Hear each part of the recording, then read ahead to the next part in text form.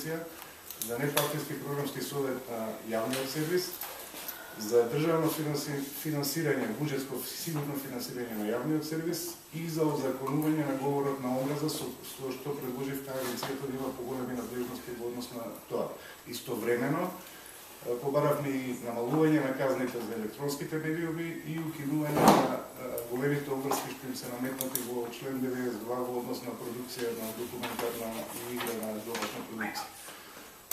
Тоа се толку едноставни и логични предлози да не можат да бидат јас не можам да разберам како можат да бидат неприфатливи за некој што сака да подобри состојбата во медиумската сфера.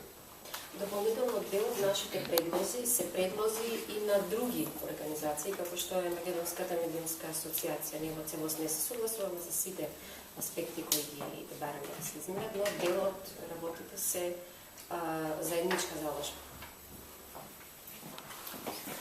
Ако се контроверзно, тие подпишат договор? Би било најдобро ние сега да зборуваме дека сме изненадени од исходот на овој процес во собранието. Меѓутоа, оно што ние сакавме да го постигнеме, имајќи ги предвид кратките рокови,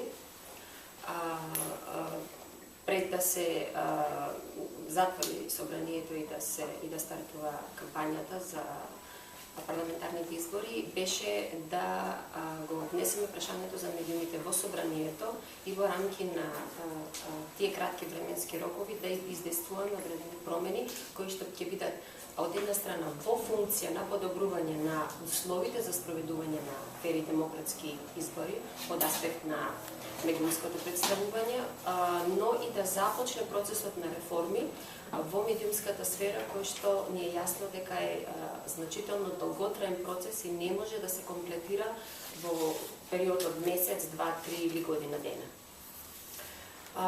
Во крајна линија, нашите понатамошни чекори во институционална смисла ќе зависат пред се од тоа дали ќе има или ќе нема избори во јуни.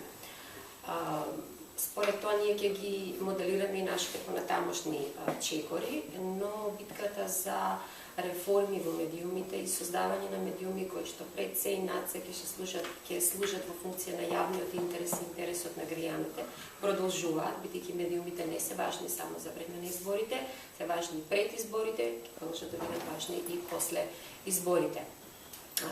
Доколку има избори, како што е предвидено, во тој случај мониторингот на медиумското представување на партиите за време на изборите и имплементирањето на делот од изборниот закони кои што го регулира медиумското представување во кампањата ќе покаже дали биле неопходни овие измени кои што ние ги предлагавме и за кои што се залагавме да влезат во собранието пред да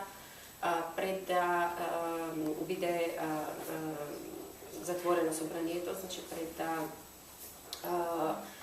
започнат подготовките за кампањата и пред стартот на кампањата. Значи, како што реков, нашите заложби за реформи на медиумите продолжуваат и за сите понатамошни конкретни активности што ќе ги планираме, ќе бидете соодветно информирани и се разбира, тоа за нас е особено важно, бидејќи граѓаните во крајна линија се тие кои што заслужуваат професионални професионални медиуми во кои што тие ќе можат да ги слушнат гледиштата, ставовите и перцепциите на сите кои што се вклучени во јавниот и во политичкиот живот во Република Македонија.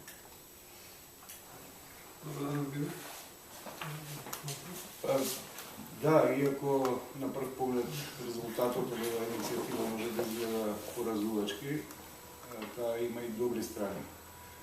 Првата добра страна е што покажа дека 5 новинарски организации можат да се здружат околу една добра иницијатива и добра идеја. Втората добра страна е што ги извади на виделина сите противници на слободата на медиумите. И на крај само би додал дека ова е битка, не е загубена војна. Ова е долга битка, ние сме се изнагледале 25 години разноразни падови и нагорни линии во борбата за слобода на медиумите. Де факто борбата за слобода на медиумите е борба помеѓу слобода и робство. Бидејќи само слободни медиуми се услов за слободно општество со слободно мислечки граѓани. Всички ни предадено манерът, а се сламно сиячо е да протеста. Колешката прашува дали останува опцијата за да организираме протести. Ја би повторил оно што го кажа Билјана. Значи, нашите активности ќе се усогласат зависно од тоа дали на петик имаме избори или не. Ако партиите се договарат изборите да се одржат во јуни, тогаш секако дека ние таа агенда би било ќе реагираме побрзо. Ако изборите се одлагат, тогаш ќе се обидеме да најдеме други форми на притисок кои што ќе ги на некој начин заедно со меѓународниот фактор да вршиме притисок врз партиите што се на власт да се соочат со овој проблеми и да најдеме решение кое што ќе биде согласно европските стандарди, затоа што потенцирам дека нашето медиумско законодавство не е во целост хармонизирано со европското. Ако успееме тоа да го направиме, мислам дека пола од работата е завршена и после ние останува да вршиме притисок тоа законодавство соодветно и да се имплементира. Дека без реформи во медиумите, изборите во Македонија нема да бидат ни слободни, ни веродостојни. Затоа што не можете да очекувате од граѓаните да донесуваат зрели политички ставови во врска со тоа за кого ќе гласат на избори, ако тие немат можност да се информираат соодветно за сите политички опции што ќе се понудат за време на изборната кампања. Мислам дека основна цел на власта е токму тоа, злоупотребувајќи ги медиумите, да ги доведе во заблуда граѓаните и да се надеваат дека дел од нив ќе можат да донесуваат незрели одлуки и да ги поддржат. Мислам дека вака како што да работите,